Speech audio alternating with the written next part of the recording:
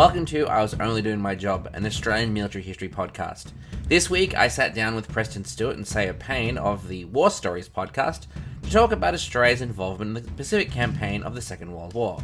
This is the second time that I've chatted with these US Army veterans, and you will note that the audio quality is different from normal as it was recorded over Zoom. This is also the first video podcast, which is available now on our YouTube channel, which we have linked to in the show notes. So let's begin with the conversation already underway. With a blistering passion. I'm just going to start going, Ross. We'll just get into the intro when we get there. Yeah. Like he hated, non-Americans to the point where he just didn't report what the Australians were doing. I didn't know that. So he's saying that he announced Australian victories as Allied American victories, even if Americans weren't even involved. Dude, that's become such an interesting little nuance when you say ally, especially in the Pacific, I feel, because the Allies were involved in so many different capacities that it's politically correct, the right way to say it. Everything was an Allied effort, but there were also things that were solely American, like only Americans landed at Terrell. Yes. But it's still an Allied theater. And I didn't know MacArthur was just straight not mentioning the Australians. That couldn't have gone over well. Oh, and the worst part about it is he was basically the officer, the commander in chief of the Southwest Pacific Theater. So he had total control of Australia's military operations, and he basically decided there's more Americans involved that Australia wasn't need to be involved anymore. And he'd go to the US, Congress, and be like, "Oh yeah, we took this place," and it's like, that's not the first victory in this theater. The other things have happened before that. Like, oh no. He's a polarizing figure. He's polarizing in the US too, MacArthur. Yeah. There's people who really don't like him. I don't know. Do people actually like him? I feel like people don't really. I mean, he doesn't seem to be likable. I mean, I don't know if history, this is that ego thing. Because why? I know why it's ego, but why in the world would you turn away a bunch of able-bodied people willing to do the job, motivated? Like, why would you say no to that? Just doesn't make sense to me, unless you're a guy like that just wants the credit. I mean, the chief of the general staff, the general marshal, actually tells him, "You're now in charge of the Southwest Pacific area of operations." So the Pacific was broken into 3 areas. 90% of your combat forces are Australian. You should have Australian staff officers in your chain of command. And he goes, "No, I only want my Americans that I've picked from from the Philippines, and the Americans that are coming in from the US." No, he grudgingly appoints, Sir Thomas Blamey, who was the highest ranked Australian officer in theatre, as the Land Forces commander, but refused to let him actually have command of American troops. So he had to direct the battles that the Americans were involved in, and he'd order the Australians to be involved. But if Blamey wanted to do anything, it could only be with Australian troops. The wonders of allies in war, right? Oh yeah. So then, before we get too far here, we'll do a quick intro. I'm Preston Stewart, joined by Seyer Payne for War Stories, and today we have Ross Manuel with us. Ross, if you couldn't tell already, is Australian. He's very knowledgeable when it comes to Australian military history. I knew we were going to get into MacArthur at some point. I didn't know that's where we were going to start, but checks out. Anyways, the vast majority of the stuff we talk about on War Stories has to do with the American military. It's what we know. It's what Seyer and I know. It's what we're comfortable talking about, maybe is another way to put it. But we thought it'd be fun to talk to somebody like Ross to hear just another perspective. It's a conflict the U.S. was involved in, and we learn a lot about growing up. But we don't learn the same depth about other countries as we do the U.S. So, Ross, a lot of pressure. You're speaking for all of Australia for the last 80 years, but I think you can handle it. Thanks. We're going to get back to MacArthur, but I wanted to kind of just to break the ice really with like the American audience, because it's primarily Americans that are listening to this. If we were to walk down the street and grab the first random person and say, name a person, place, or thing that has to do with World War II, I feel like the most common answer would be Pearl Harbor from the American perspective. If I went to Australia, did the same thing, grabbed the first person off the street and said, tell me a thing, person, or place about World War II, what is that for Australia? What's the most common talking point, if you will? That would be Kokoda. And that's strictly from a nationalistic standpoint, because this is the first time since the colonial era that an Australian territory was actually attacked and invaded by a foreign aggressor. So, but it actually wasn't the start of the campaign. It was how it was been portrayed. So the Gallipoli campaign in the First World War was, Australia's introduction to the global stage. And Kokoda is in the same level of reverence. So the Kokoda campaign was in response to essentially the failure of the Battle of Coral Sea. Okay. So prior to Kokoda, Japan was almost unstoppable all the way down the South Pacific. They crossed the Taimalayan border on the 8th of December, and they just didn't stop until March 1942. 41. Yeah, what year are we talking about here? So Kokoda was in 42, end of 42, start of 43. So okay. Australia had already been at war since 1939, and 3/4 of our combat forces were in Europe. So the troops we had in theater were not great. Well, which meant that a point that I should make for our audience is you guys were at war since 1939, but not with Japan. No. Yeah, so with Germany. Yeah. So dealing with issues in Europe, but there's this aggressor on the doorstep that you're going to have to take on pretty soon. And yeah, let me interject here. So it really is, it's World War I 2.0 at this point, right? Obviously, mainland Europe, you're one of the old school Europeans, I guess, associated with them. And so you're sending troops to the mainland, just like Canadians did, just like we did in World War I. But the Americans didn't send troops, obviously, with 39 and all these declarations of war. You're saying Australia did, you signed the line and engaged it with your own troops. Actually, well, to a degree, yes, but we never signed a line. So as a British Dominion, we didn't actually have a say in international politics. Though there was the Statute of Westminster, which would have given the Dominions autonomy in the war, but we never ratified it. So when Britain declared war on Father's Day, 6th of September, 39, after Germany's invasion of Ukraine, Poland, politics. Got current events on the mind. Invasion of Poland, Australia was automatically at war. But because of interesting, and because of the Great Depression and the effect of the First World War had on Australia, it took about till middle end of 1940 to actually be able to send troops overseas. And by that point, Dunkirk had happened. So our troops were sent to North Africa to defend the Suez Canal, which was essentially what we did in the First World War. So our troops were actually occupied the same training camps that their fathers did 20 years before. It was very nice synergy. But the problem with that, though, is so 3/4 of our professional combat strength was in North Africa. Air Force was in Europe fighting the Battle of Britain. Is that the troops that were left in Australia? Now, this is despite, since 1902, Australian strategic planners going, we need to keep an eye on Japan.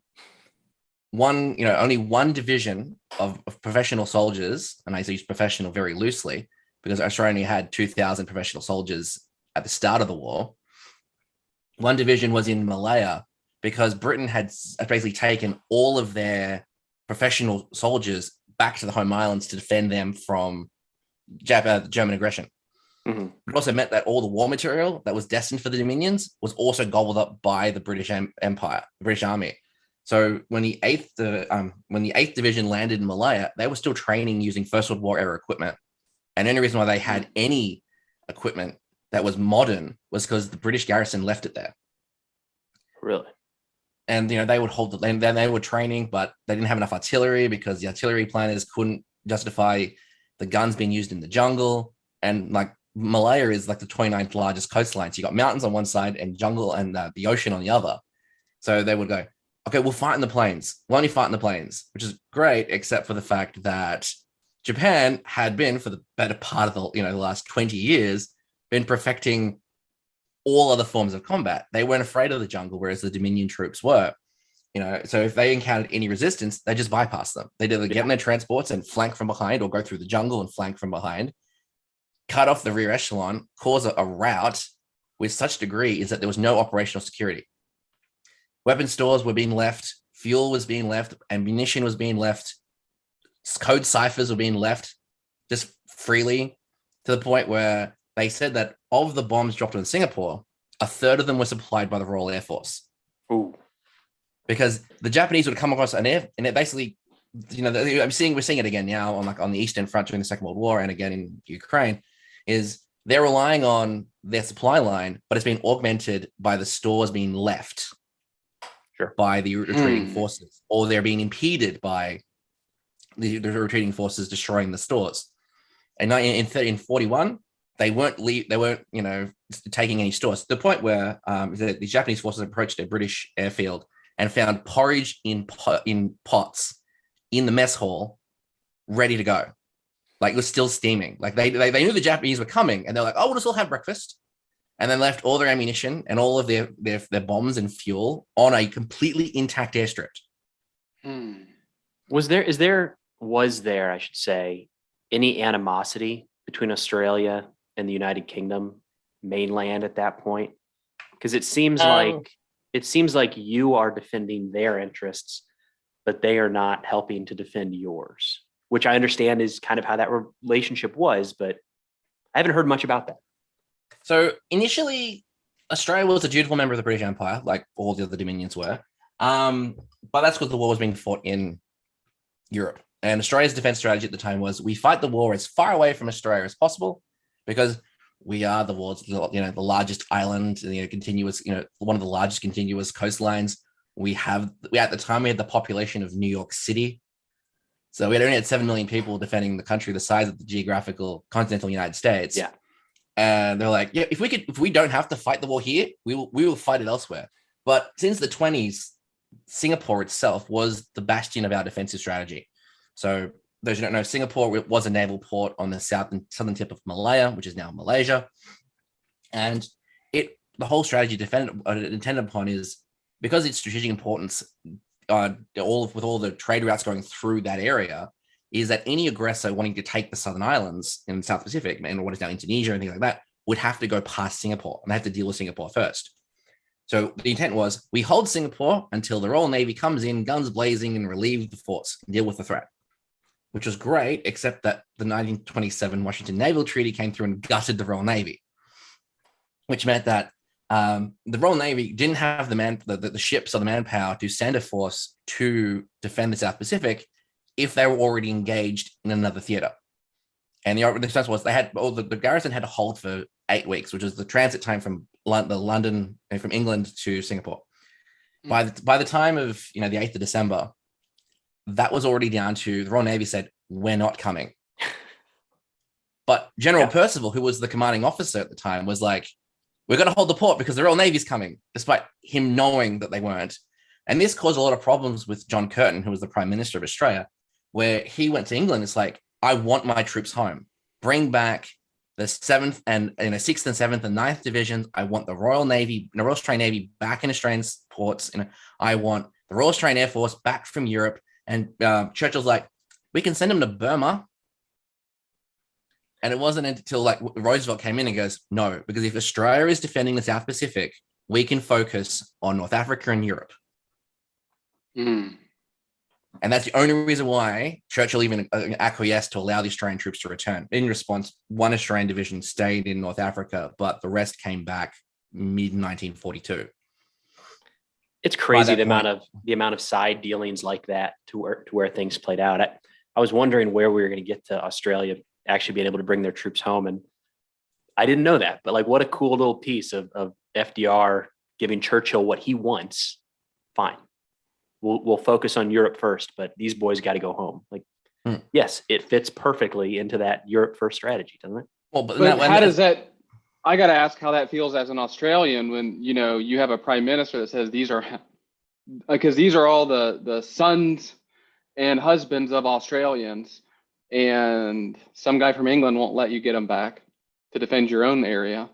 And you have to wait for permission from an American president. How does that feel as an Australian? Or was it, patriotism and the war for God and country? What was the sentiment like back then? Obviously we weren't around back then, but it just sounds odd to me, at least in where we are today with how things go. So in the First World War, everyone was for God, country, defense of the realm. We're only 2 generations removed from England. Because of the fact that 1 in 4 Australians were involved in the First World War and 1 in 10 died, we were no longer really so jingoistic about defending king, country, and the realm. It was, we're a dutiful global member of the British Empire and we'll do our bit. But there is a whole generation, my stepfather's of that generation, where the overwhelming belief was that we were abandoned by Britain, to the point where, I mean, in 41, December 41, Curtin goes to makes the statement, goes, "We look to America without any of the pangs of regret of our historical connection of bondsmanship to England." They basically realized that our survival was purely dependent on reinforcements and supplies coming from the United States. But we also knew very quickly that if those supply lines were threatened, we were on our own. Like, Britain and America had already basically decided that if Australia and New Zealand were no longer strategically viable, they weren't going to try and deal with us until they were done with Europe. And most Australian military officers knew this, which is why we try to hold the line as long as possible. But that, is one of those problems is Japan knew from the onset that they were never going to take Australia. The Imperial Japanese Navy had victory fever, and they were like, "Oh, we've been so successful so far. These great British, European empires are collapsing before us. We could take Australia." And the Imperial Japanese Army was just like, "With what? We've got to hold all of our Chinese holdings. We've got to have armies on the Soviet border to stop them from attacking. We've got, all this territory we already captured. How are we going to take Australia?" So their strategy from like March of 42 was not so much occupy Australia, but basically strangle Australia by controlling all of the sea approaches, taking all the islands, taking the Solomons, taking what is now Indonesia, take, Hawaii and Midway, and to basically force the American convoys, where they would be spending more resources to get to Australia than they would actually be transporting to Australia. And that would force America to go, "I don't think we can sustain this. You may as well go for conditions, and we'll come get you when we're done with Germany." Ross, you mentioned that Japan knew they couldn't take Australia. That sounds like a realistic view, but I've heard so many, like there was a plan, I should say, for Japan to take Hawaii. One of the plans was to bomb it. Another one of the plans that was rejected was to land troops and actually take it. I have a feeling at some point, someplace, sometime, there was an actual plan to take Australia. It just became unrealistic. Is that accurate? I don't know. Yes, yeah, that is pretty accurate. So the Imperial Japanese Navy General Staff got really surprised by the rapidity of their advance, and they're like, "Oh yeah, we could go all the way to Australia." And they're like, "Yeah." It got as far as like their equivalent to the Joint Chiefs, and the Army's like, "We don't have the manpower to do this." So that's when they switched their strategy to, "We can occupy these islands relatively easily. Australia is a manpower poor, resource rich country. We can starve them. We can force them to all those natural resources that we want. We can force Australia to give them to us without ever actually landing troops in Australia." But the Prime Minister, so John Curtin, his main barrack cry for the entirety of the war was "work, fight, or perish." The Japanese are on their way. They're going to invade Australia. So every man, whether they like it or not, is working on behalf of the government, in defense of the government, in defense of the country.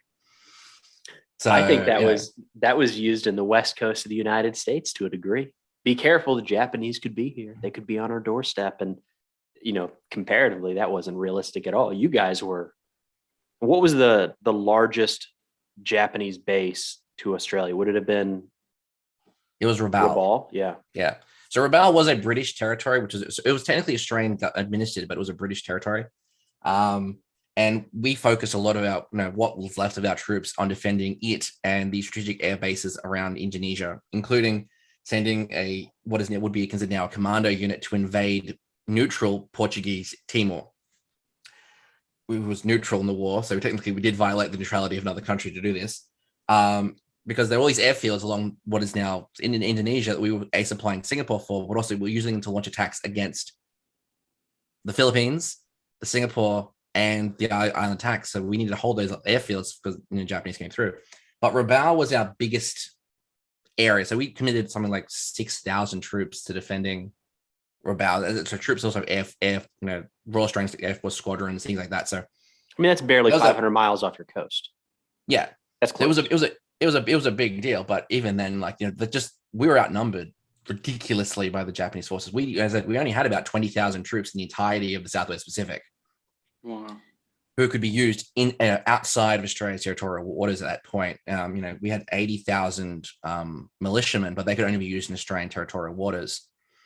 And so these forces, they try to hold their own. So the Rabaul was real quick. Who's restraining you to the territorial waters? That's the 1903 Defence Act. So basically, all the British Empire dominions have their own similar defence act. So Australia, New Zealand, Canada all have the same one where they could raise troops for home defense, but they couldn't commit these troops to offensive action overseas. It was actually to stop the dominions from creating their own empires or, interfering, because they couldn't have any effects on international affairs. So they didn't have that ability. So it'd be like Australia occupying, the Dutch East Indies, so the Netherlands East Indies was now Indonesia, and then forcing Britain to go to war with the Netherlands because of it, even though Britain had nothing to do with it. Sure. So Australia had a professional army of about 2,000 troops and about 80,000 militiamen, and these people couldn't leave Australia. You had a volunteer for overseas service because the Defence Act said that the permanent military force and the citizens military force can't leave Australian waters. However, volunteers can go overseas. So the Australian Imperial Force was raised in 1939, just like how it was in 1914, and it could go wherever it was needed to. But the bulk of it's essentially like the National Guard couldn't leave Australia.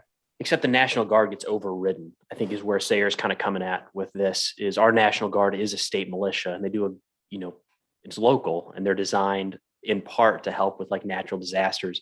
But you blink and they're mobilized. And Ross, the 29th Infantry Division on Omaha Beach, that was National Guard. So they weren't exactly staying within the borders of the United States. So it's interesting, the comparisons there, but I think there's more federal control, I think, over the National Guard in the U.S. Well, I mean, it's different. It just comes down to autonomy and what's the definition of a colony, right? Because it's like you still have daddy controlling you. You're an independent sovereign nation, but not really. Yeah. Because if you can't even dictate how your military is used and defend your own area, that's what to me is interesting. You're not sovereign at that point. You have other people across the world calling shots for you. I mean, so like the colonies, so the non-dominions, they couldn't raise their own military. They had to be British troops had to be, like, for example, Malaya, a strategically important location, didn't have dominion status, so that you couldn't have a Malayan infantry unit. You had to have a British or an Indian or a Scottish or Australian unit there, almost as like a governing unit. Mm-hmm. And while Australia could send our troops anywhere within Australia or our territories, we couldn't take them any further until 1943. So Curtin realized, because the war tempo had changed to the point where we only had about 121,000 volunteer soldiers, but 232 militia conscripts. Those 232 conscripts couldn't go beyond Papua New Guinea and Australia. So he said, no, we're changing the act and go as far as the equator.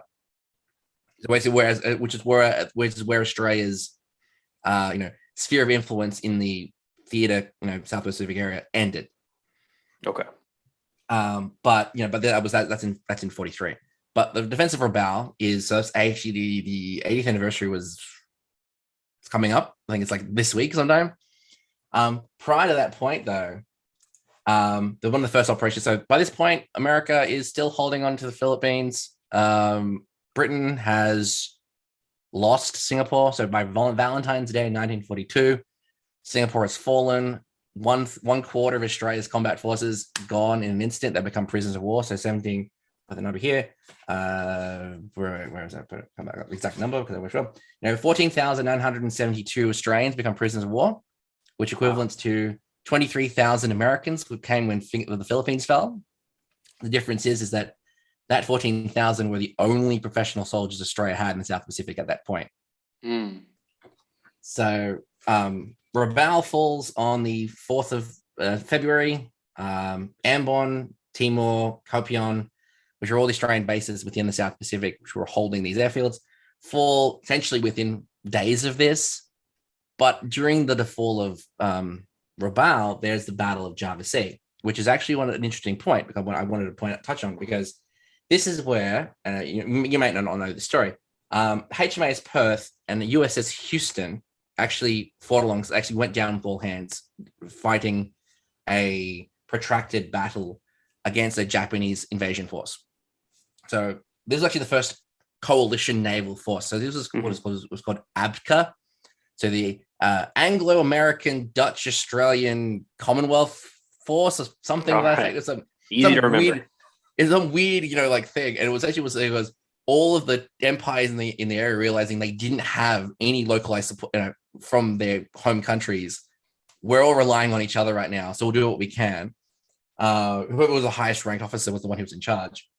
But basically what happened was Perth and Houston were the only survivors of essentially an 8-ship flotilla of British, Dutch, Australian, and American warships that were basically holding the line from the Japanese advance. They'd go out, they would attack, they'd come back, refuel, go back out. On the 28th of February, so yesterday, my time, they were actually traveling through the Sunda Strait towards Java, which is the capital of Indonesia. It's now the capital of Indonesia. It was called Java back then. Basically, what happened is that they were put into a port to refuel, rearm, and they were informed that there was a Japanese force coming at them. And they're like, we can't be caught in port. We've got to head out. So these ships were not fully fueled. They only had like a dozen rounds of ammunition between them. Very few training rounds, very few training rounds and things of that nature. And they were like, well, we have to slow this advance. So at 7 p.m., now American and Australian naval forces not trained in night fighting. We just weren't. It wasn't as important as the Japanese were. Essentially, what happened was, Japanese destroyers and cruisers were spotted off the horizon, and the Houston and Perth steamed in to engage them, and both were sunk with almost all hands. They did basically. It was a Pyrrhic. Actually, it wasn't a Pyrrhic. It was very much a sacrificial attack to slow the advance, because it was enough to force the Japanese to withdraw. 6 of their warships had been damaged, mostly by their own torpedoes, but it was enough to slow the advance. Wait, what? Did you say they mostly were damaged by their own torpedoes? The downside of fighting at night when you're only relying on star shells and spotlights is the way that the Japanese warships, because they outnumbered the Perth and Houston, is they were moving around each other to try and gain dominance, and they would launch their torpedoes, and then you lose track of the torpedo, and one of your own ships would ride into it. That is the downside. Downside, yeah. So unfortunately, both ships were scuttled by torpedoes. Both captains went down with their ships. Of Australia, the Perth's company, 686 were killed, which only left about 147 who survived as prisoners of war, which like 80 actually survived the war. I think Houston lost like 165 of the Houston's crew survived. That the captain of the Houston was actually awarded the Medal of Honor for this act, and it's the start of the relationship with America. So Australia and America start looking at each other at this point. It's like, okay, we're now in this together. MacArthur realizes that our support isn't coming from Pearl Harbor like we thought it was, and because of that, they go to General Percival in Singapore and be like, hey, so you're in the same boat we are. Can we help each other out? So once that happens, though, these forces, all the Australians who were in these islands in what is now Indonesia, almost all of them are murdered in mass executions. So the Australians hold the line so much where it frustrates them. So unlike taking them as prisoners of war, they're actually executed in mass. This is one of the war crimes problems with tribunals that comes out, is because they literally go through and something like 3,000 Australians in this whole area, of which 2,500 of them are approximately are bayoneted or shot. Was that upon capture by anybody? Like that was a standing order, just kill them as you go through, or is it more thought about and intentional, as in, hey, we're gonna, once they've seized the land, you get your POWs and you line them up and then sort of shoot them? It would seem See more. what I mean? judging by what the sources and the accounts have been, is that individuals who were wounded were just bayoneted on site. But once these forces surrendered in groups, they were, herded together, tied to poles, tied to trees, and then just, stabbed or shot. There was no real organization to it. A lot of people have you heard about? Well, it does. That actually makes me now think of a point I am aware of, and I don't know if this happened in this particular instance, but I do know that this was a Japanese procedure that they would do with the bayoneting. I know that, and because they did this to Americans in the Pacific, where what they would do with this pole and the bayonet that you're talking about, and I don't know if you're aware of this or not, but they would take a prisoner of war, they blindfold them, they put them up against, tie them to a pole, and they put a red target over the heart and vitals, and it's to not stab there. And what they do is they take kind of their squeamish ones, the conscripted. Not everybody's bloodthirsty, not everybody wants to be there, but they're there regardless, and you got to make them a killer. And so they would take some of these kids, they're all kids, right? Young conscripts, they all are on all sides, and the squeamish ones, and they would make them go first. So your sadistic guy, you don't care, he's fine. We know that he's going to chop heads off and ruthless. But they would essentially, the vital area is don't stab there. And so stick them. And so they scream. And, they want the live prisoner as long as they can, because they're running them through all, because then number 2 goes, and then number 3 goes, number 4 goes. Just essentially bayoneting a live person who can't do anything about it. And that did happen. In fact, the only survivors that we have from these massacres who were able to report about it at the end of the war were the ones who played dead after being stabbed in the side or in the upper chest, who missed the vital areas. And there's the most poignant one of these is the Toll Plantation massacre, where the 2nd 12th General Hospital, so the 2nd 10th General Hospital, they were holding, they were doing what doctors would do under the Geneva Convention, where we're staying behind, look after the wounded. And what happened is that the Japanese, who weren't signatories to the Geneva Convention, the Red Cross armband meant nothing to them. They rounded up the entirety of the 2nd 10th, all the orderlies and things like that. The doctors they kept because they knew the importance of doctors, but the orderlies, they will basically took them to the Toll Plantation, trussed them up, tied them up to poles, or made them sit on their knees, blindfolded, and they would be bayoneted, or they'd be machine gunned or whatever. And there's 40 of the orderlies, 4 would survive the war, and they were just ones who either weren't present for the massacre, and one of them actually was a survivor who played dead. That kind of thing happened all the time. But despite all this, the horrific tragedy, not all the Australians not all the ones who were there surrendered.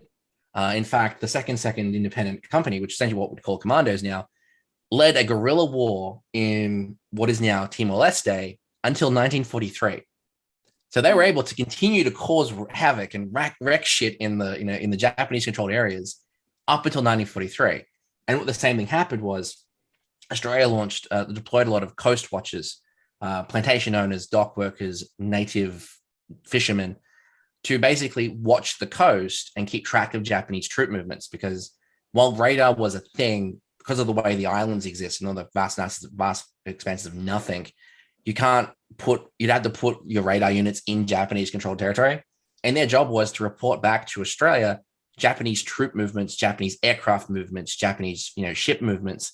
And these guys, the coast watchers, are actually the ones who gave everyone the heads up on the Battle of the Coral Sea and the Battle of Leyte Gulf and the Battle of Guadalcanal. They warned the Americans and the Australians that there's a Japanese force coming, and which allowed us to go out and engage them. But do you know as this is going on? Well, yeah, my comment on that is the invaders are never going to have the situational awareness that the defenders have. They're always watching, and you're talking counterinsurgency. But the atrocities, right? The bayonet, the take no prisoners thing that's happening. Is that making it back to mainland Australia back then? Are people aware of what is going on? Not initially. So what they're thinking is that, for example, like when Singapore fell, everyone who of the, you know, the, how much did I say? It was the 14,000 Australians in prison. They didn't know, Australians didn't know what happened to them. They'd contact the Red Cross, and the Red Cross would contact Japan, and Japan would be like, yeah, what of it? Like, you're on the opinion of like, well, we haven't heard from them, so we hope they're a prisoner of war. Sadly, Australia's largest naval disaster during the war was the sinking of the Montevideo Maru, which is a Japanese transport ship, which was taking essentially survivors from these islands back to mainland Japan to work in the mines. And sadly, the Montevideo Maru was sunk by the USS Sturgeon because Japan wasn't labeling their prisoner of war transports as Red Cross, like what the Allies were doing. All the German and Italian and Japanese prisoners were taken back on ships with massive Red Cross signs like, hey, don't sink this, non-combatants. Japan were putting their prisoners of war in essentially cargo ships and sending them up along the coast and doing nothing to anything. So like something like 2,000 Australians, military and civilians, were just killed when the Sturgeon sank it, because the Sturgeon thought, it's a legitimate target. It's a transport. We're at war. Sure. The Japanese rescue the 149 Japanese sailors who were on the Montevideo Maru and watched as the ship sank with the 2,000 Australians on board. The report saying that apparently the Australians were singing Auld Lang Syne and things like that as the ship was going down to keep each other calm, but those who managed to get out of the ship were left there, which tells you exactly what the extent of the Australians' experience was. But that being said, there were the occasional Australian who managed to get out. So all these units that were overrun, some got back to Australia. They reported back.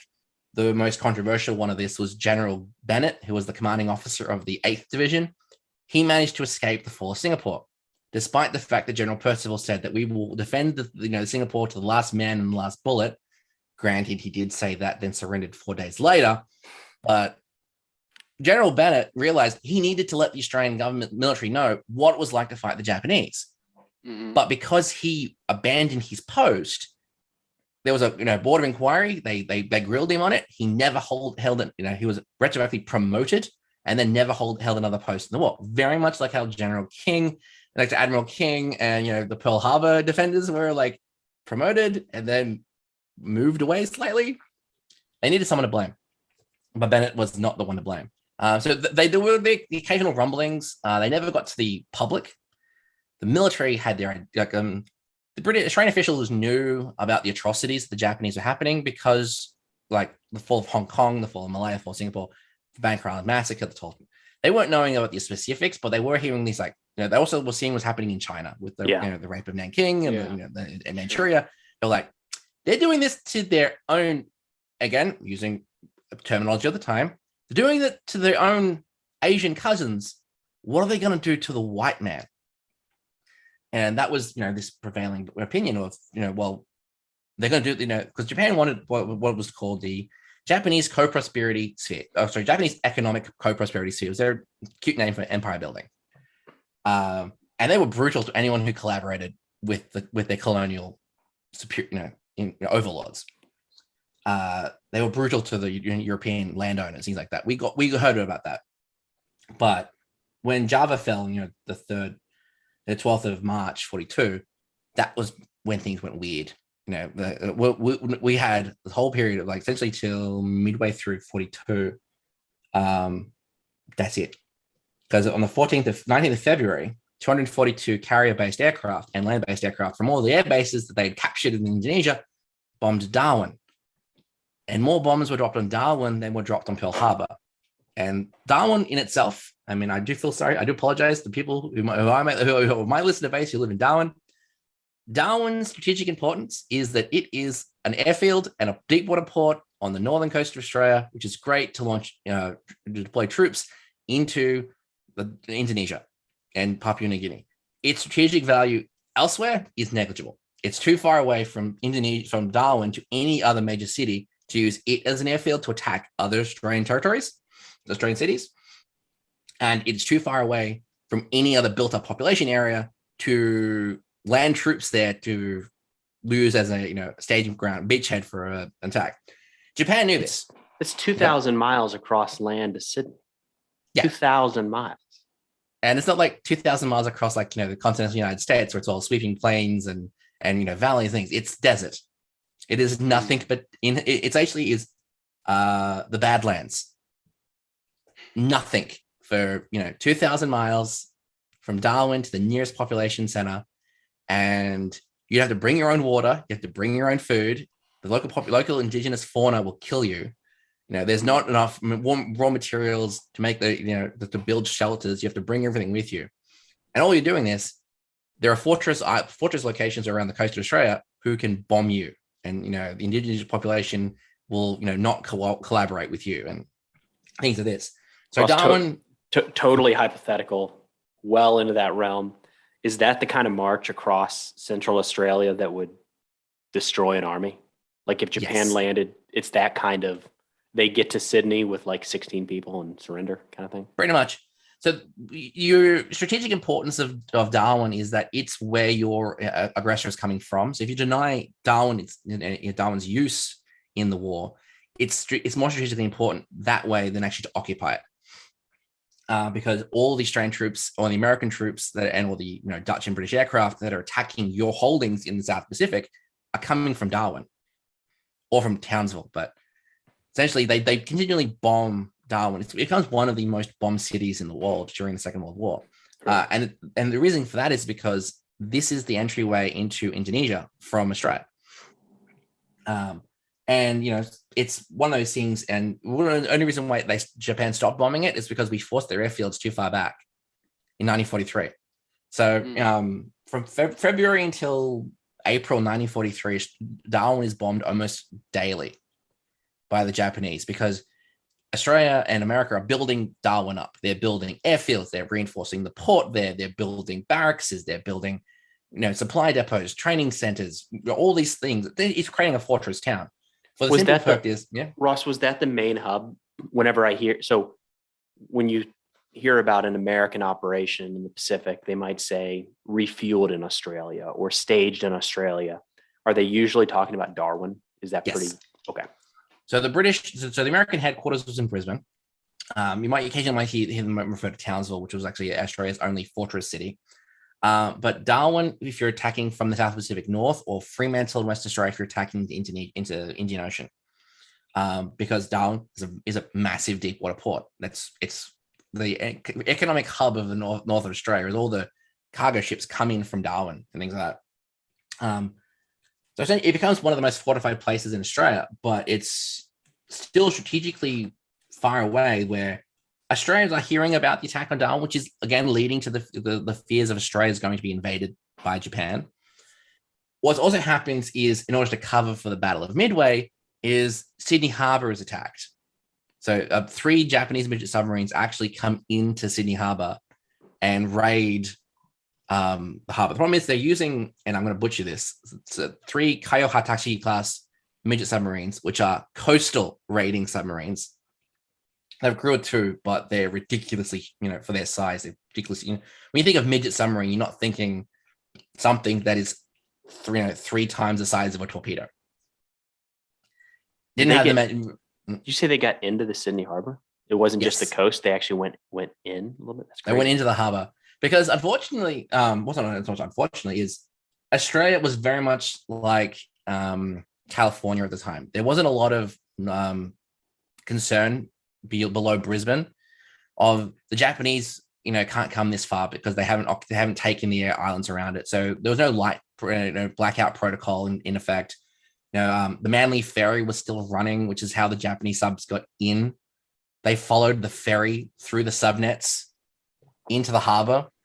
Luna Park, Luna Park was like a big a theme park, was still running with all the lights from the amusements, like Coney Island kind of a thing. And they flew over. They had a float plane flew over Sydney Harbour, completely unopposed. They're like, okay, yep, there's American battleships and things in Sydney Harbour. We'll go in, we'll sink them, and we'll cause havoc. a lot of people have tried to justify why the attack happened. Things like, oh, they want to attack Sydney Harbour, render it useless as a port. Others were, it was just a terror raid to cause fear amongst the population. In reality, it was just a distract from the Midway attack to make American planners think that an attack was coming in the South Pacific, like maybe New Caledonia or New Zealand, or a seaborne landing of a part of Australia. In reality, it was just to justify the existence of the midget submarine. It had an abysmal service history. One of them was present during the raid on the attack on Pearl Harbor. That was the sub that was sunk. Yeah, within hours of the attack. That was a midget submarine. There was one at Rabaul. There was one at Diego Montoya, I think it was. They were useless, but no one had ever actually encountered one. So that raid on Sydney Harbour, while devastating and was great for war motivation by Curtin, is like, see, Sydney Harbour, we've been attacked. See, remind you, we're at war. The only casualties were 22 Australian sailors who were, billeted on a ferry, including survivors from the sinking of the HMS Prince of Wales and Repulse, which was sunk at Singapore, and all 3 Japanese sailors who were involved in the raid.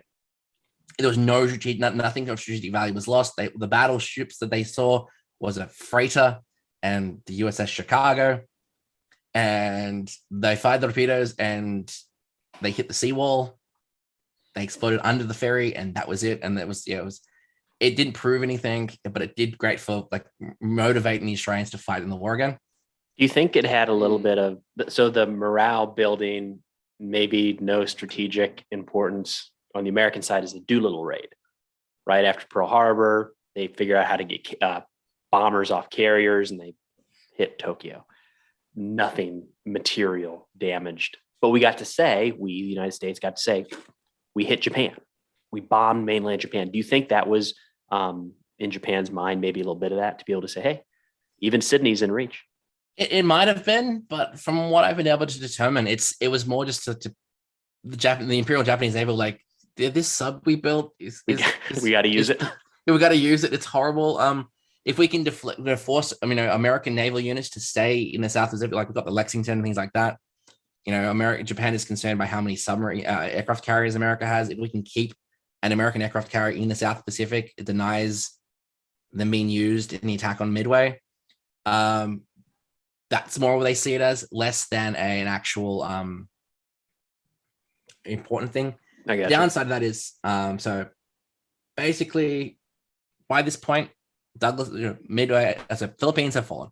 They fell in December of 42. Douglas MacArthur makes his way out of, he's smuggled out on PT boat, and then on B-17, he lands in Darwin, takes the train immediately to Melbourne, does a press conference where he declares, I will return, and immediately is appointed the Commander-in-Chief of the Southwest Pacific Area of Operations and essentially the direct commander of the Australian military forces, and then refuses to appoint any Australians to any of his high command positions, despite having 2/3 of his combat forces being Australian. And at that point, what happens is it becomes Papuan. In March is the Papuan campaign. This is interesting. So it's coming all the way back to what we started talking about with MacArthur. But one of the reasons always pointed to with Eisenhower being chosen to lead in the European theater is his ability to get along well with others. It's going to be a team effort, whether you like it or not. And Eisenhower was a team builder. And it's funny hearing, I'm by no stretch a MacArthur expert, but it is funny hearing more and more that wasn't maybe his strong suit, especially across country lines. And the worst part about MacArthur is that he was very much if there isn't a body count, you weren't being successful. So in March, so let's see what happened. So mid-1943, that's when there's sufficient US troops to take over. But in March of 42, Japanese land troops in New Guinea, because they wanted to try and take Port Moresby, which is the essentially opposite port to Darwin. We take Port Moresby, we're denying New Guinea from Australia. We can then attack Darwin, deny it as an asset. The Battle of the Coral Sea happens. That thwarts that whole campaign. Japan then goes, okay, we'll go overland then. They land on the north in what is New Guinea. So Papua. So Papua and New Guinea is actually two different countries. They became one country in the 70s. but the Dominion of Papua, and then there's the Dominion of New Guinea. So they came, New Guinea, then Papua. So they landed in New Guinea, and they go Ground over troops. Ground troops. Ground troops. Yes. Yep. This is the first time since 1788 that an Australian territory was invaded by a foreign power. So following the First World War, Australia was given dominionship of Papua and New Guinea. So New Guinea was a German territory, which was given to Australia. Australia already had Papua. That's a whole different story. Sure. But this is the first time Australia. So Australia is the propaganda, machine is running rampant here. It's like Australia has been invaded. We are holding a line against the Japanese in our Australian territory. Yeah.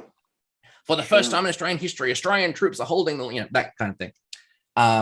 So on the 8th and 9th of May, that's the Battle of Coral Sea. On the 22nd of July, they land in New Guinea and they go over the Owen Stanley Range, which is a mountain range that runs across the transverse direction of the continent of the island. And they get far to Kokoda, which actually is the furthest point of essentially not administered, but developed territory in the area. And where is Kokoda on the map? I got the map I'm looking at here. It's almost halfway-ish. You probably have to look for Kokoda itself. It's one of those like tiny little pinprick that probably doesn't even come up on a fully zoomed out map. But it had an airfield, which is why it was important. So a very hastily organized militia force, because there were no Australian Imperial Force professional soldiers anymore. So the militia unit was called Maroubra Force, was essentially forced forward to Kokoda. It's like forced march up the Kokoda Trail or track, depending on what country you're from, up this basically hand-carved, hand over hand track with logs and log wood crossings, no bridges, no organized roads or anything. Make your way up to Kokoda, hold the Japanese there, because we saw the Australian and American aircraft saw the landing. They attacked it, but not much could be done to stop it. I'm going to be honest, Ross. We might not get past Kokoda because I think this is such a fascinating battle. Just the little parts I've heard, but what is that track being used for? So, hold on, be clear. Track, is that Australian and trail is American? Is that yes? That's the difference there. Okay. Yeah. So officially, the battle record is trail. So the battle honor is trail. The unit, on the service medal, your theater pin is Kokoda Trail. To the Australian veteran and the Australian person, it will always be the track. What was it being used for? Was this just Indigenous peoples traveling through the effectively jungle? Yeah, it was, because the jungle in Papua New Guinea is almost impassable. There's a reason why both Australian armored divisions stayed in Australia. They were like, you couldn't put anything larger than a jeep, and even that you could only go so far up the up the Kokoda Trail before you just had to, everything had to be man portable. So Australia was had converted 25-pounder howitzers, so that's an 86 millimeter gun, to be man portable.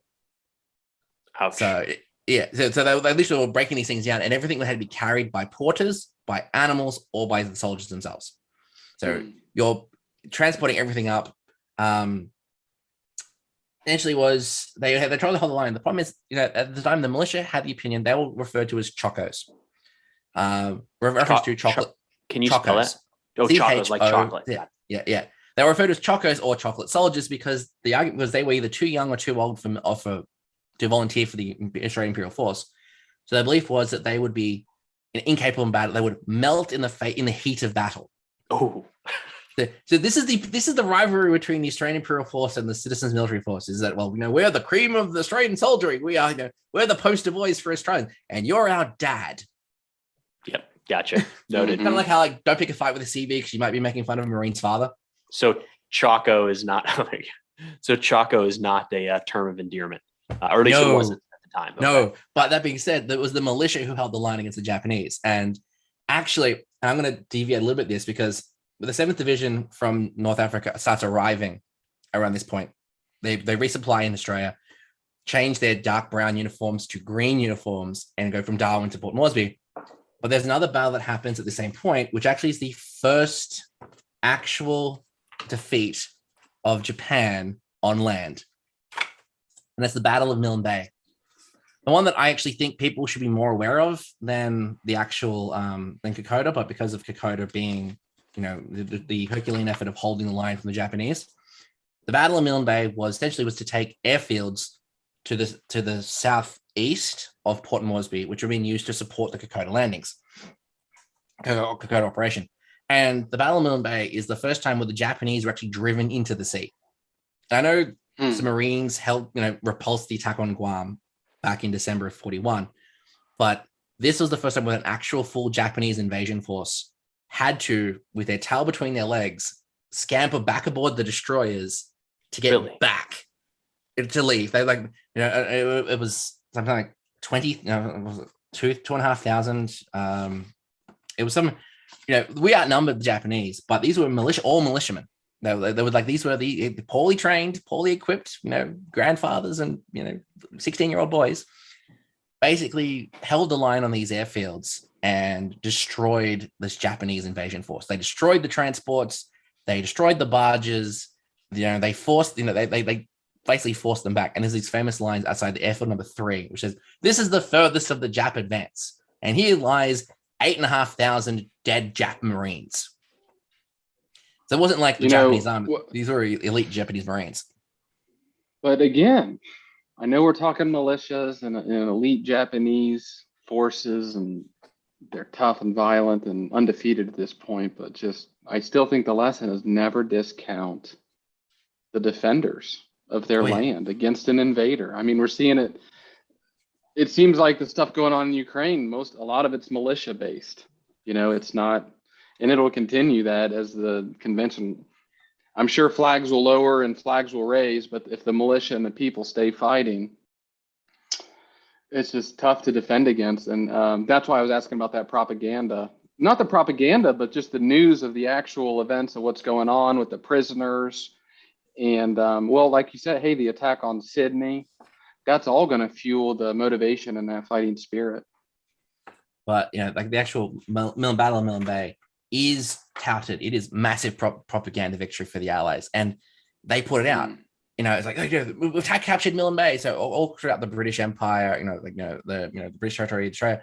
So we've defeated the Japanese. We pushed them out of Milne Bay. And MacArthur's gone back to America and gone, there was an Allied American attack that we repulsed the Japanese.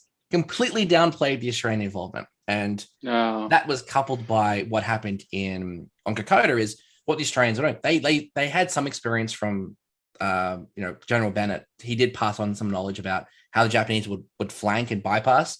Is that on Kokoda, if the Australian units were afraid that were close to being flanked, they would withdraw. They wouldn't hold and be overrun. They would say, "Oh no, the Japanese attack is withering. They're appearing. We can see them flanking. Okay, we'll pull back," and then they would pull back to a more defensive location. And then the Japanese come through and they would do it again. What MacArthur was seeing is Australians were giving up ground, but not blooding for it.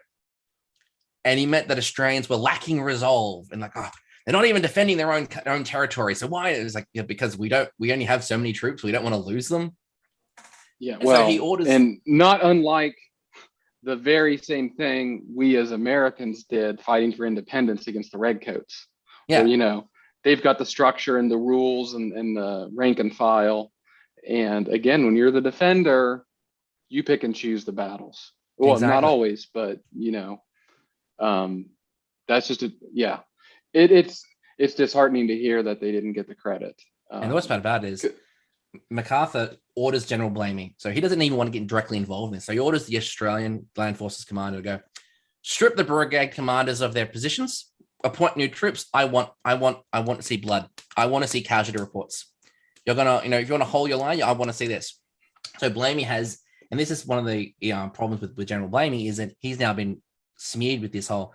He's gone to the Australian commanders and it basically gave under the orders from MacArthur to give a dressing down to the Australians, which is to the effect of, "You're all cowards. You aren't fighting.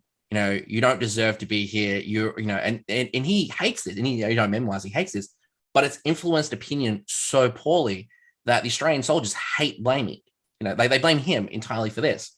Mm-hmm. But the other advantage of withdrawing along the Yarmouth Stanley Ranges is same thing happened in North Africa. The Japanese supply line now has to be ported by hand over from the Japanese supply line, the Japanese landing sites at Salmalawan Way, up the Yarmouth Stanley Ranges to Kokoda, and then down the Kokoda Trail to within.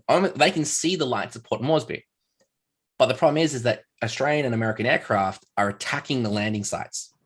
Like, we can't attack them, we can't push them off the island. They've fortified that. That's okay. American submarines are attacking the transport ships that are bringing in the supplies and the reinforcements, and the Australian and American aircraft are bombing the track daily, very much the way like in Vietnam with the bombing of the Ho Chi Minh Trail. It's like we're starving you of resources to the point where Japan's like, we can't push any further. We've gone the furthest we can go. It sounds like the reverse of how it started then.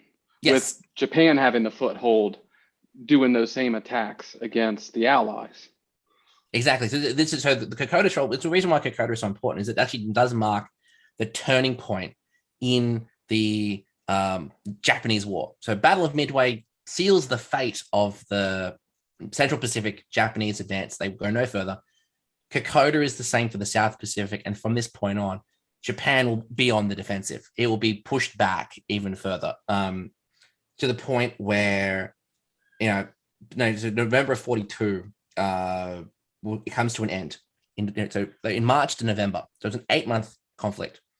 Ironically, same length of time as the Gallipoli campaign, which is why why it draws great big parallels in Australia. Gallipoli was a giant defeat for Australia, which was, and technically, Kokoda was a fighting withdrawal that just turned it advantageous for us. Sure. But by that point, Japan had so few resources because they were also dealing with the Battle of Guadalcanal at the same time. So they couldn't devote forces. And by this point, basically, they realized with the Guadalcanal, and before we go, I want to touch about that a little bit. After the Battle of Guadalcanal and the Kokoda, Japan realizes, okay, we've drawn a line now. Everything west of this line, we are going to hold with force. Everything east of this line just has to delay the advance. So is that when they withdrew from Guadalcanal, that time frame? Yeah. So basically, the reason why I mentioned Guadalcanal is because the Coast Watchers and the Royal Australian Navy were very impactful in the Battle of Guadalcanal. So the Coast Watchers and the Solomon Islands were watching the Japanese buildup of the airfields on Guadalcanal and how they were working on the ports and everything in Guadalcanal. They report back to Australia, to MacArthur. It's like, the Japanese are building up Guadalcanal. This will directly threaten the supply lines to Australia. And therefore, the Battle of Guadalcanal happens. And I'm not going to explain to you guys how the Battle of Guadalcanal happens.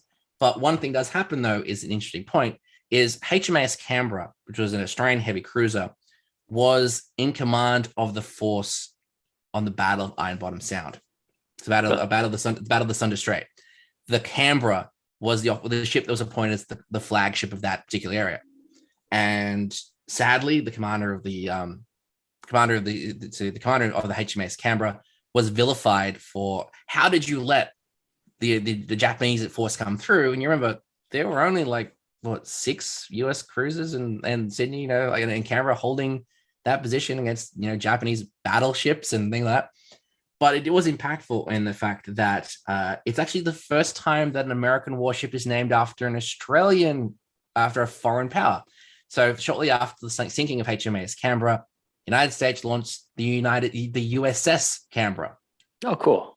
And there's been a USS Canberra in the fleet ever since, because of, even though the commander of the Canberra was vilified, Canberra itself held on much. It was torpedoed several times. It took massive damage, but it was enough to have the Japanese reconsider pushing into the Sunda Strait, which is why I want to point that one out. But all these factors factor into pushing the Japanese back. They draw that line and they start withdrawing their main garrison forces beyond, leaving token states to hold the line and usually harass, which brings us to 1943, which is where essentially everything changes. Australia's involvement in the war actually starts to diminish by this point because administrative tempo of the war outpaces our ability to actually sustain it. Same thing happened in the First World War. When 1/7 of your population is directly involved in the war effort, you don't have a lot of men left to Sure. support it. And as we are a resource-rich, manpower-poor country, we're producing iron ore and food and grain and munitions, but we don't have enough men to actually build those things. But so basically, after Kokoda is taken, the next point is the Salmalau Way ATAP campaign, which is the taking of German New Guinea. Australian forces are pushed through. Now, these are simultaneous attacks. So this isn't a coordinated coalition force. This is an American offensive and an Australian offensive with identical objectives. So there's no like joint command of the operation. Is like the Australians will go this way, the Americans will go this way, and we'll meet at Salmalau. Wait, This probably goes to MacArthur not playing ball with other people. Exactly. you mean like their objectives were exactly the same, as in if it was an airfield, both forces were tasked with taking the airfield? Yeah. Oh, that's So not, Australia, like, But not coordinated. Well. That doesn't go well. No. So basically, the objective was the American and Australian forces were ordered to capture Salmalau and Lae, but the Australians would go along the coast and the Americans would go inland. And whoever got there first took him. Ended up being Australia took both. They captured Salmalau on the 11th of September and Lae on the 15th. But as you are both members of the 101st, Hey, I want to touch on this one because this is in 1943. Okay, 1943. How long? Have either of you done parachute training? both of us. How long Yep. did it take you to do parachute training? Well, it takes 3 weeks, but realistically, 3 they could weeks. probably knock that out in 2 days. Yeah, Did it? Okay. Yeah, a couple days. And you're an artilleryman. I am. Yep. Okay. So the 503rd Parachute Infantry Regiment was tasked to take the airfield of Nasdaq, which would reinforce the attack on Salmalau. So this is after the Sicily air drops, Mhm. but before Normandy. Sure. So the 503rd Parachute Infantry Regiment is to secure the operation, but there is no artillery available. So what happens is that the second Field Artillery Regiment is patted on the shoulder and goes, "You have 10 days. Select 32 men and 2 guns. You're jumping out of airplanes." All right. Only I need to caveat that it takes 2 days to learn how to fall out of an airplane as an individual.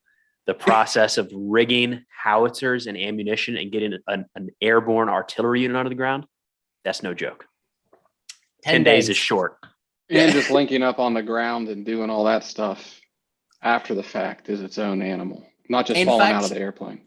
So the gunners they do one jump into Nasdaq.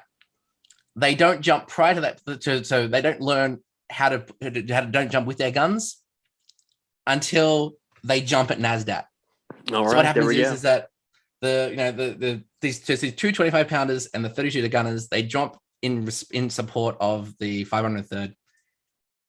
Basically, what you'd expect happens: the gunners jump out first. The guns are pushed behind them. Again, these are pack howitzers, so they're designed to be broken up into components, put back together again.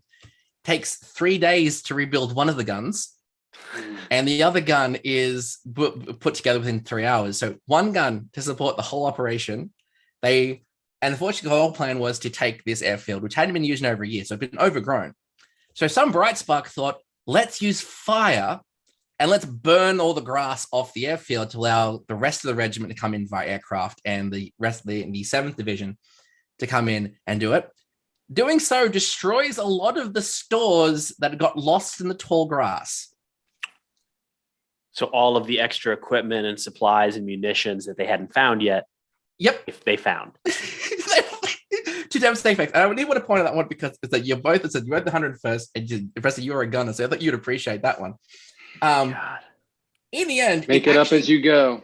Oh yeah, That's the way But- it is. that did, however, lead to long-reaching implications for Normandy and for Market Garden, of the implication of dedicated airborne capable artillery units, and also not pushing your guns out after the gunners and things like that. But these guys, so they literally they had 10 days of training. Well, Or you've blown up your own ammo and stuff. That's another lesson learned. Don't do that. Yeah. Like, don't use fire to clear an airfield. Like that, just don't do that. Learn as you go. Oh yeah, but they didn't have 10 days to prepare. It was proposed, and then they were told within 10 days.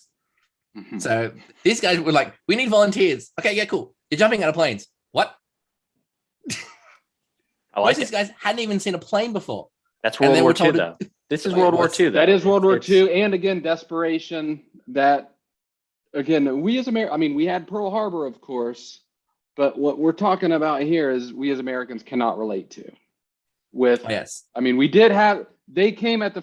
They didn't even come at the front door necessarily, right? It was like the way back door that's attached, sort of, to the house, but it's really not. Whereas here, I mean, it is. They are right at the coast. I mean, they're oh, yeah. almost looking at you, and they're coming for you. And you know what happens when they capture you. And so basically, NASDAP is a success. They use this airfield to bring in reinforcements and supplies, which allows you to capture Selma along the way. The problem is that at this point now is that in 43, at this point, the American troops are inexperienced and the Australian troops are exhausted. But MacArthur wants continual, he wants continual advances. He wants to see blood. He wants to see stacks of Japanese men on the wall. But by this point, as I said before, the advances hadn't outpaced Australia's ability to support it. So the Australian government, with the recommendation of MacArthur, decides that Australia's going to scale back its involvement in the war. It's, unlike the America and Britain, where we're just needing to raise as many divisions as we can, they capped the Australian military army at 6 divisions, which is the same amount that the US Marine Corps was during the war. As point of comparison, America had 61 army divisions in the Pacific, so Australia had 6. The Royal Australian Air Force was capped at 53 squadrons. Though at this point, we were the 4th largest air force in the world. Most of it was in England fighting the bomber offensive. But when you say at this point, does that mean because another one was the German Air Force above and got knocked down? Yes. So the Japanese, so it was the United States, Britain, I think it was like Russia, no, I was like Germany, Australia, Germany, Japan. And then as when the war ended, we were like the 4th, again, like we were like the 4th largest air force behind United States, Britain, and Russia. Interesting. And then it was like Australia, and which is impressive considering a population of 7 million, 4th largest air force. Right. And the Navy was basically strict that you can't have any more warships aside from what you've already got. And the whole intent of this was basically Australia would adopt more of a supporting stance in the war. We would resupply, we would build munitions, we would build transports, we would send that to continue the advance to a lesser degree. And then this suddenly some men would free up production for industries supporting the war effort, which is great, except for the fact that again MacArthur didn't want to use the Australians to begin with. So once the 1943 Defence Act amendment allowed the militia to be sent wherever, the same with the Australian Imperial Force, the war had shifted to the east, to the northwestern Pacific campaign. So this is what is essentially now Indonesia, the Dutch East Indies, Morotai, Philippines. MacArthur has decided that the Royal Australian Air Force, the Royal Australian Navy will continue to support the United States' advance towards Philippines because he's freaking rage boner for recapturing that. And the Australian Army was going to do nothing. So basically, of all bar 2 of the Australian divisions were recalled to Australia to resupply and recruit. And while the Australian government offered number 1 Corps to assist in the landings at Leyte Gulf and assist the landings of the Northwest Pacific, MacArthur goes, "No, I'm good.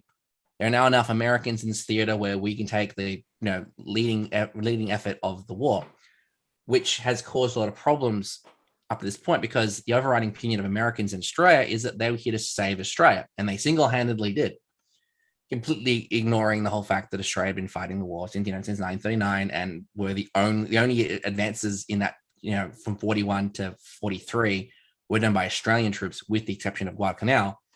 It meant that the Australians were inactive. They lacked the resolve that the Americans did. They were, granted, Australian discipline wasn't great. We tend to call their officers by their first names. We didn't salute people when we weren't in battle. But they considered the Americans to be all glitz and glamour, but no substance, and the classic oversexed, overpaid, and over here. Problem is, there are over a million Americans in Australia at this time, and they look at it and they are known for caressing Australian women, which at the time was considered as incredibly offensive in Australia due to the mentality at the time. So caressing is public acts of affection. Yeah, it doesn't sound So good. holding Doesn't sound hands. good. Oh, okay. Yeah, holding hands and kissing on the cheek and things like that. You didn't do that in Australia at the time. Australia also had very strict alcohol. You could only drink. Bars would be open for an hour at a time. And Conservative society. I didn't know that. It was a very conservative society at the time. I'm just curious about that. Is that a religion thing, or why is that? It Why just was came down that? to the culture. Australia was, it's a very, all our goods had to be imported. So a lot of our supplies, austerity was still very much a thing in Australia. During the Great Depression, Australia, because we exported grain and iron ore and things like that, which were all heavily tariffed during the Great Depression, Australia's economy was practically non-existent during, in the build up to the war. So a lot of Australians still had that mentality of, we don't waste things frivolously. We don't, the pubs are only open for 2 hours at a day on an afternoon, and everything's closed on Sunday because we all go to church.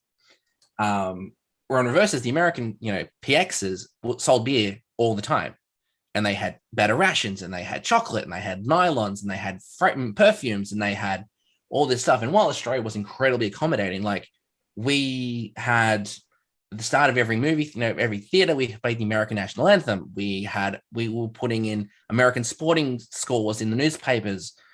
We were selling hot dogs on the street and things like that. Like, we changed our culture so much to be accommodating to the Americans. And then the American soldiers were just like, yeah, the Australians suck. Like, Australian soldiers are pathetic. They don't know how to fight. And that caused a problem. Namely, the Battle of Brisbane, which was a 2-day riot between Australian and American soldiers, resulted in an Australian Gunner Webster being murdered by an American MP.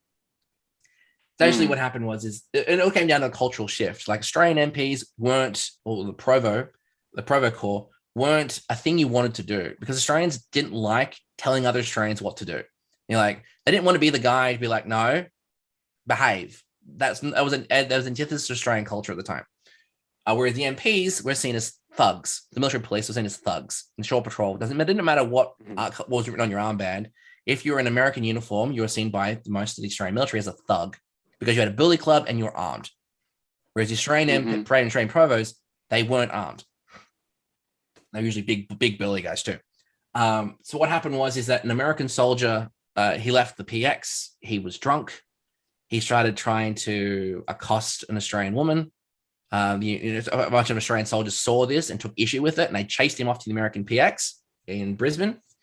And as they were going through, a crowd started approaching. Ended up being like a couple of thousand Australians surrounded the PX, demanding they wanted him. It's like, this guy, he's molested one of our women. We want him. Yeah. We want him to face trial. And the MPs rock up with their billy clubs and their revolvers and their rifles and stuff. And they start a brawl. The PX is destroyed. They completely destroyed. The Australian police, like the regular police and the Provo rock up, and they're like, no, we want him. No, bring him to us. We're not gonna stop the Australians from getting involved in this, because they want him, and just hand him over, and that's it. Sadly, one of the MPs has a Thompson, and an Australian gunner got to him and goes, no, don't point that at people. You're going to cause problems. So he grabs the barrel of the rifle, and he tries to push it out of the way. He's shot in the gut and killed. This is a big problem in the fact that the new media don't report that an Australian has been killed, but everyone in Brisbane knows an Australian has been killed. The reason why they do this is they don't want the Japanese to hear there's dissension amongst the Australian and Americans. So what happened was so this gunner, he's murdered, and these Americans, they basically they withdraw back to their camps. The Australians come back again, and they're like, no, we still want the guy who molested our woman, our Sheila. We want him. We want him to face trial for what he's done. And now they also want the MP who killed our gunner. We want him too. And basically what happens is that the Australian Provo Corps managed to gain control, and the local police gain control of the situation, and this kind of tapers out.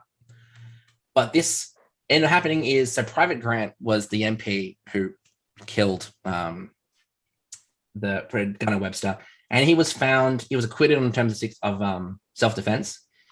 And the only record of this in there was it matches the chief sentence. And I read it directly from the thing is no cabling or broadcasting of details of tonight's Brisbane servicemen's riot. Background is for censors only. 1 Australian killed, 6 wounded.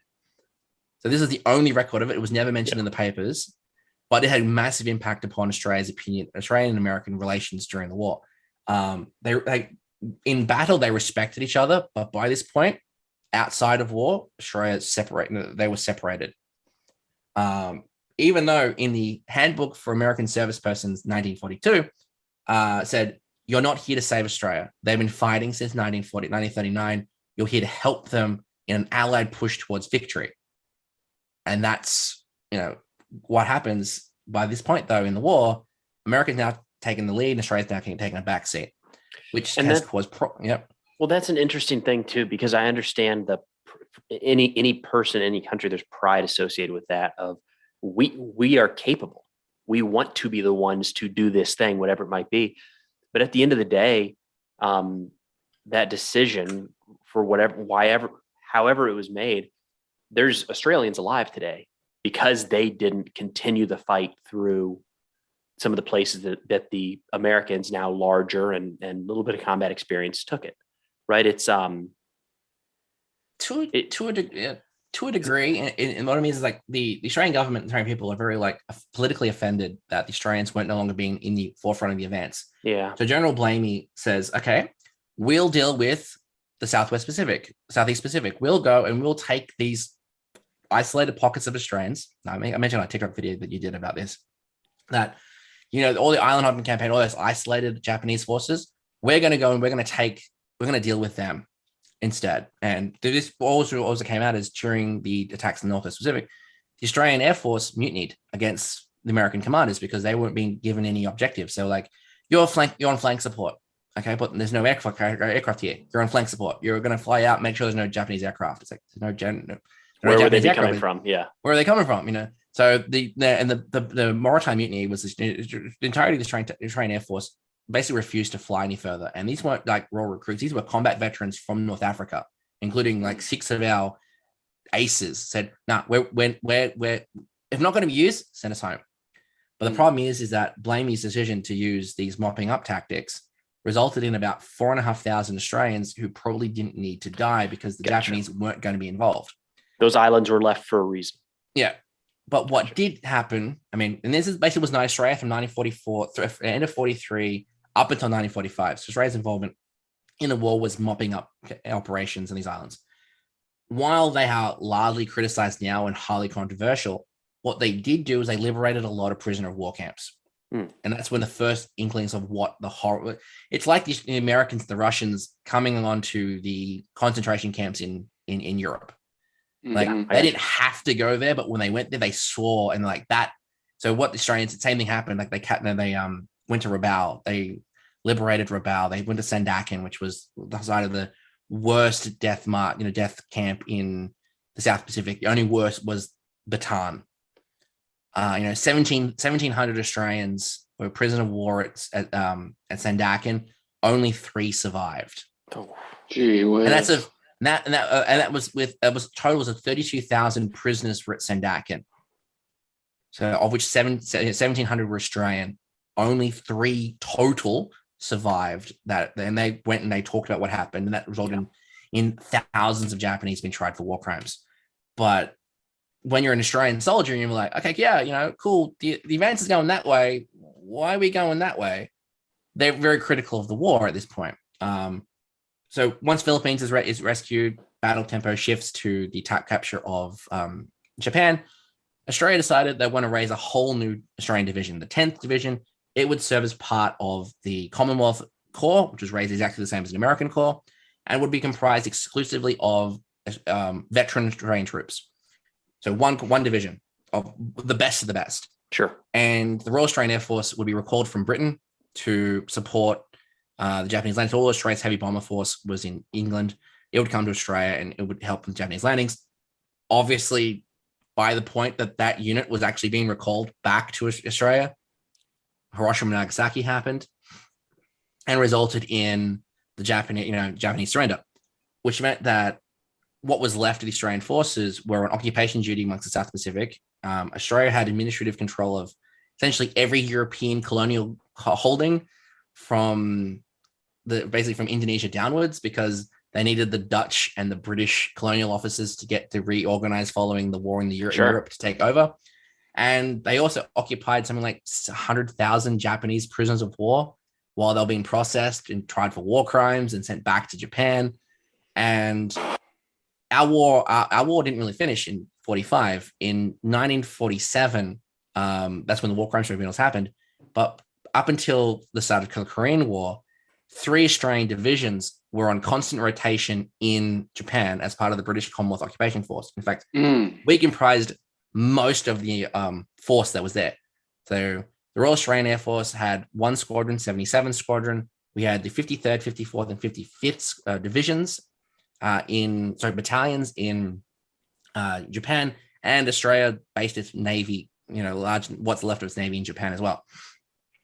And these units, so 53, 54, 55 became 1st, 2nd, 3rd Divisions Royal Australian Regiment, and 77 Squadron were the units that went to Korea as the first Allied response after America to North Korean aggression in Japan in 51.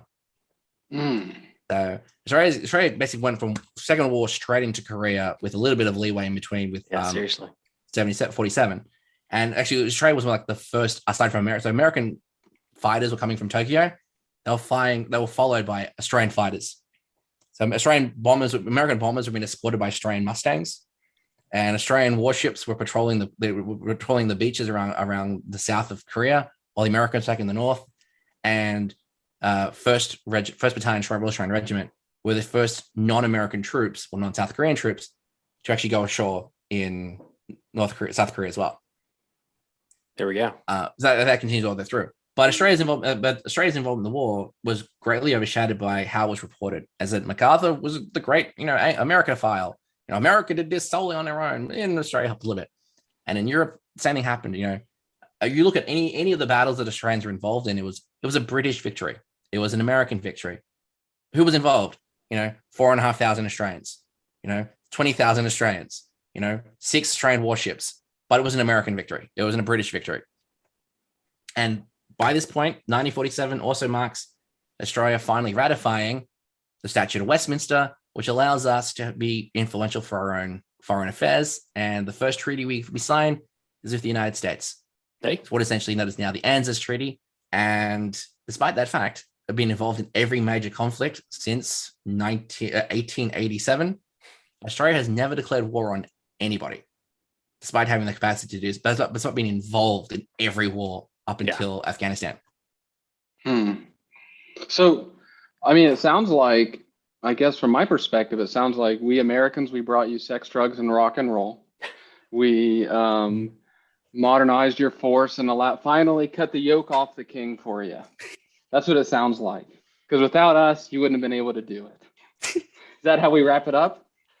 We can wrap it up like that. Yes. I knew nothing. What you're talking about, I knew nothing because of exactly what you're talking about. Of course, Australians are in the war, just like I know Canadians were in the war, but can I tell you anything that they actually did with specificity? No, I couldn't. So no, it's real fascinating. And especially to me, what's fascinating is, I think, the plight of you're on the front line where they're coming for you, and they already have came for you. And I think that would just be a terrible thing. That's what Ukrainians are going through right now. Not at the door, not knocking, but they're busting the door down. And obviously, there's the allies that we've had in the past and everything, how Australians always been sort of a part of that, like you mentioned, but we just don't know. We don't know. And it was a lot to go over in an hour and a half, or however long we've talked. Oh, yeah. And I'm sure there's so much more we're missing, but to be able to really condense it down to that, kudos. That's the same thing happens, but if you asked, I said, at the start of the episode, you asked, what would Australian recognize of the war?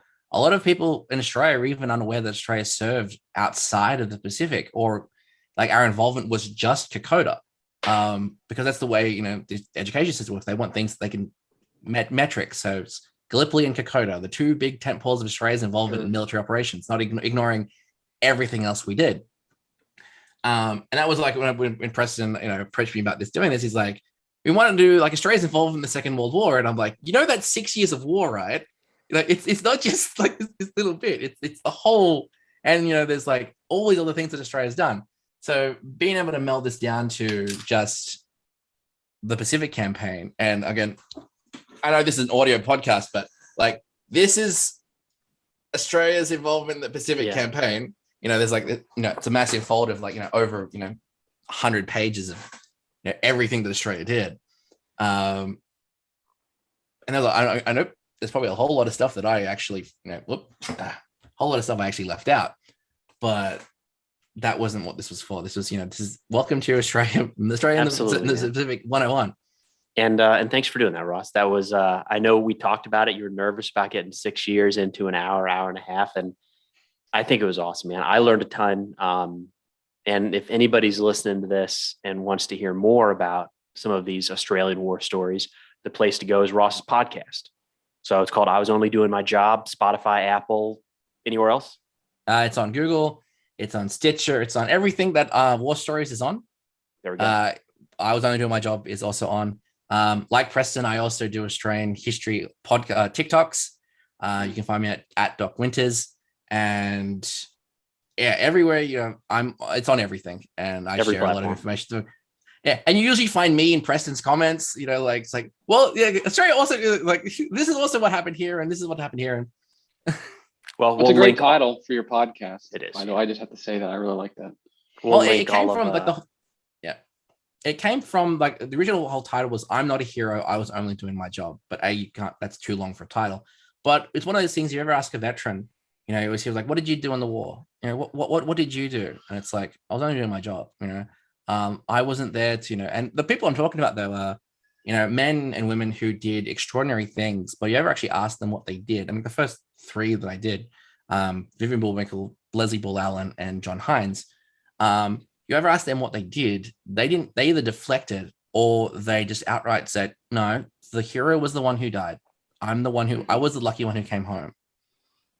And that was pretty much what it was. It was like, what did these people, you see like these, Hacksaw Ridge, like Dale Dye, like what else did he do? Like what else did, I'm blanking at the moment. What else did this Medal of Honor recipient? What else did he do during the war? This guy, who single-handedly held the line. What was the war like after that point? And that's what that their podcast has been about. Has been, someone invents like the drip rifle. Responsible for saving thousands of Australians' lives on Gallipoli. But what else did the guy do? Sure. And you ask him, he's like, "Oh, I was just doing my job." Well, I love it, man. I love that you're keeping those stories alive. Keep it up, and we'll link all of your stuff in the show notes here. So it'll be on YouTube and Spotify and Apple and all those. But Ross, again, thank you so much for doing this, man, and looking forward to talking again soon. All right, gents. See ya. Catch you around. Once again, I'd like to thank Preston and Seyer for having me on their podcast to talk about a topic that I'm rather passionate about. And to find more of their content, I'll link to their YouTube, Spotify, and Apple podcast pages in the show notes, as well as Preston's TikTok, who, like myself, does educational history videos on that platform. As always, it's an honor and a privilege to talk about Australia's experience in war on other platforms, and I look forward to doing so again. Thanks for listening to the I Was Only Doing My Job podcast, a Doc Network production. This episode was written, produced, and audio engineered by me, Ross Manuel, with additional research done by Laurie Favell. I'd really appreciate it, and it would help out the show if you took some time to share this with a friend, or leave a review on Spotify, or Google Podcasts, or iTunes, or anywhere that you listen to podcasts, as it really helps other people find the show. If you want to know more about today's episode, with photos, show notes, and transcripts, head to www.thedocnetwork.net and follow the show on IWODMJ on Instagram, Twitter, and Facebook. Don't worry, there's a link in the show notes. If you want to follow me for history-related hijinks and other nerdery, you can follow me on practically everything at Doc Winters. Once again, thanks for listening, and catch you next time. Bye!